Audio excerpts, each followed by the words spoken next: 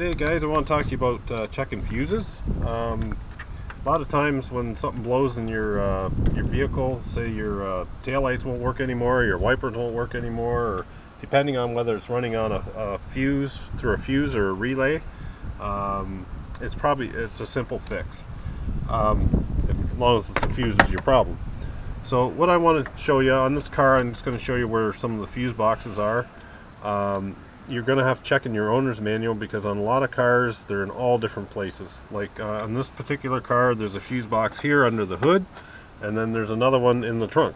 And whereas on another vehicle it might be on the end of the dashboard, and then on another vehicle it could be underneath, mounted up around where the steering column is. So it just really depends on what vehicle, what the manufacturer, where they decided to stick it. So anyway, I'm just going to show you on this one quickly how to check fuses. So I'm just going to take the cover off.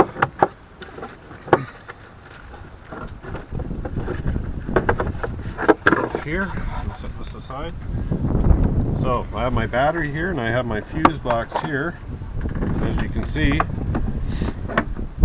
there's lots of little fuses in there and relays in here.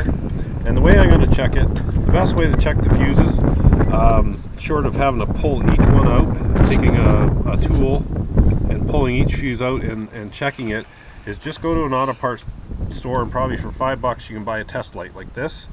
And what you're going to do is take this and hook it to your negative post on your battery. And then if you can look at the fuses here, there's two little metal tips here. So, and what I'm going to do is I'm going to go along and touch each one of those, but I'm going to energize the fuse box first.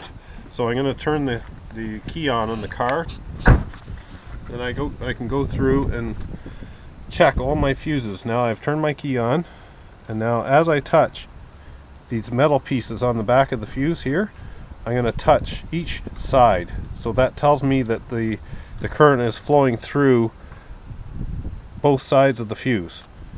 Now if I come across one that the light doesn't light up, it lights up on one side but it won't light up on the other side, then that tells me that that fuse is blown.